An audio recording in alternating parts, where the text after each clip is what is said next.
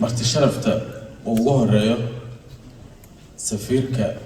ambassadorkeena u fadhiya Soomaaliya Washington DC iyo wafdiga la socda mudane Daahir Xasan Daahir Arab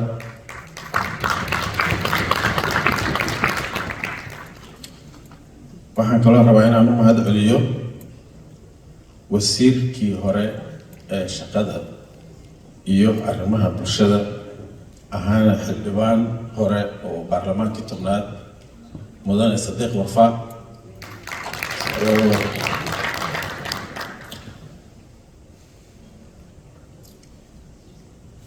waxaan rabaa inaan u mahad celiyo aanan hilmaamin xildhibaankeena xildhibaan Ismaaciil Maxamed الله كله صدقوا State Commissioner فرحان جيته صدقوا waxaan kaloo rabaa inaan u mahad celiyo wakiilka galmudug ee North America Farxiye Khaliif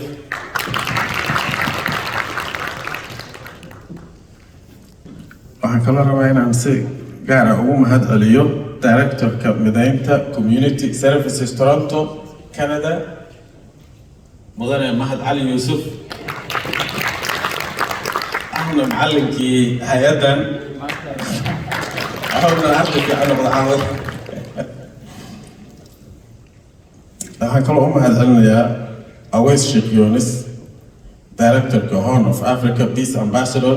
oo nooga yimid San Francisco قراء أهنا وريه ربع الداء فلسطين أحمد إيمان في هواي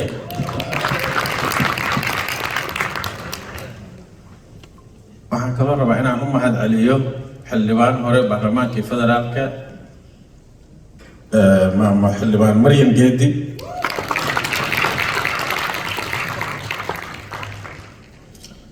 waxaan rabaa inaan si khaas ah oo mug iyo miisaan loogu mahad celiyo jaaliyadda Soomaaliyeed ee Columbus Ohio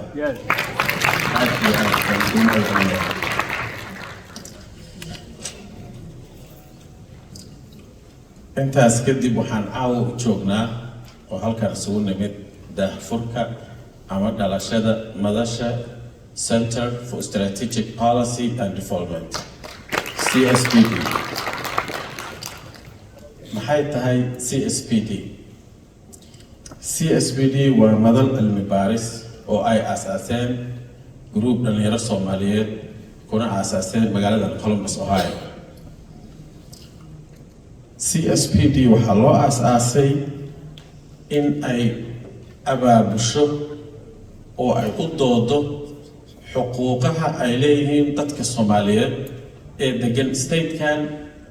xuquuqaha ka maqan ama ay leeyihiin dadka degan state-kan iyo waddanka dibaddiisaba missionka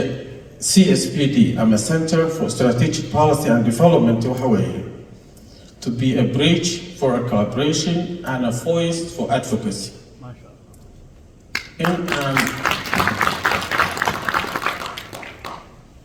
waana madal cilmi baaris dadka qalinleyda Soomaaliyeed ama expertise-ka markii ay u baahdaan madal cilmi baaris ama istiraatiijiyad siyaasadeed meel ay xogta ka helaan oo lagu kaydiyo waxaan u maleynayaa waa meeshii u horeysay oo noocaas oo kale oo Columbus laga furo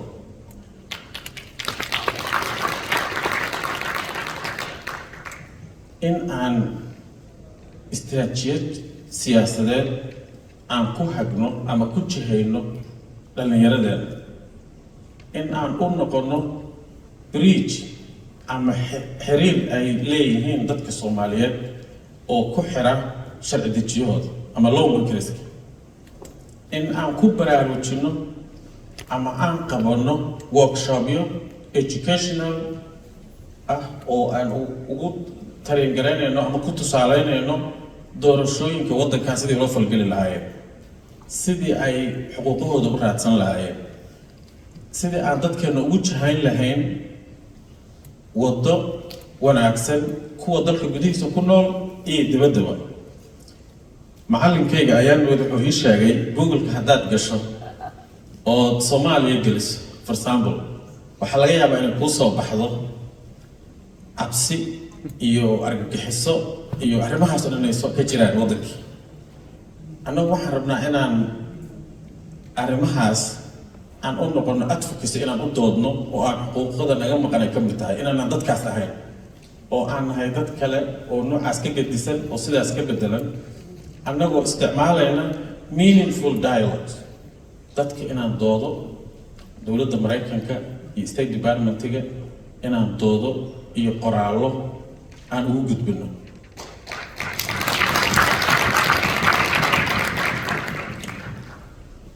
waxaan rabnaa inaan haddii Ilaahay idmo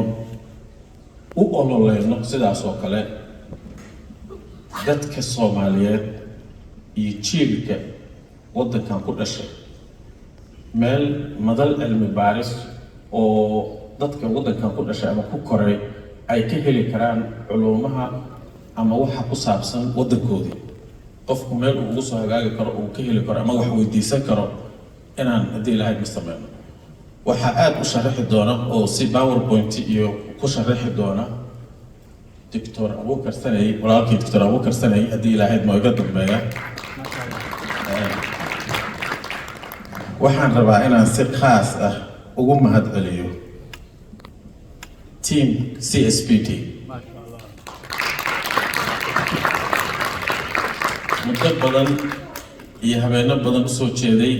runtii shaqo aad iyo aad muhiim ah u qabtay waxaan jeclahay haddii la ii ogolaado mar labaad markaan soo noqdo inaan ayaga dhan halkan ku casuumo stage-ka ay soo istaagaan hadda ma rabo inaan magacayo ama u yeero laakiin si kal iyo laab ah ayaan idinkugu mahadcelinayaa dhammaantiin waana iman doontaan halkan haddii Ilaahay ma dhowtadii waxaan hilmaamay iga raalli ahaada marka hore cudurdaarto waxaan idhi oday oo horay wax u aqrin jiray ma ahi laakiin waxaa laga yaabaa inaan wax ka tago waxaan hilmaamay Nafisa Jimcaale oo ah social worker Franklin County Democratic Executive Committee and a Western Free Coast Affiliation aad iyo aad baan idinkugu mahadcelinayaa mar labaad iyo mar saddexaad marsta sharafta qiimaha badan ee caawa halkan isugu timid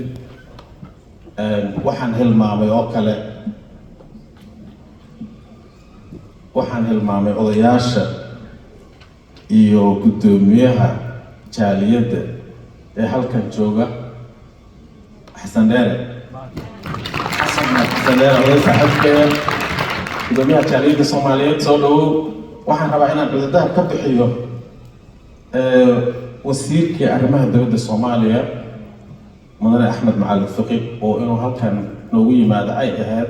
oo arrimo shaqo oo u soo baxay dartood waddankii dib ugu laabtay si degdeg ah niyo ka laabtay dib u noqday haddana wuxuu noo soo diray fariin yar walaalkay waxaa sii dayn doona haddii Ilaahay uu Dr. Abuukar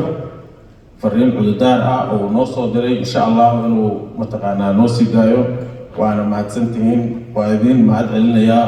mar labaad iyo mar saddexaad waqtigiina qaaligood soo horteen meeshaan isugu timaadeen thank you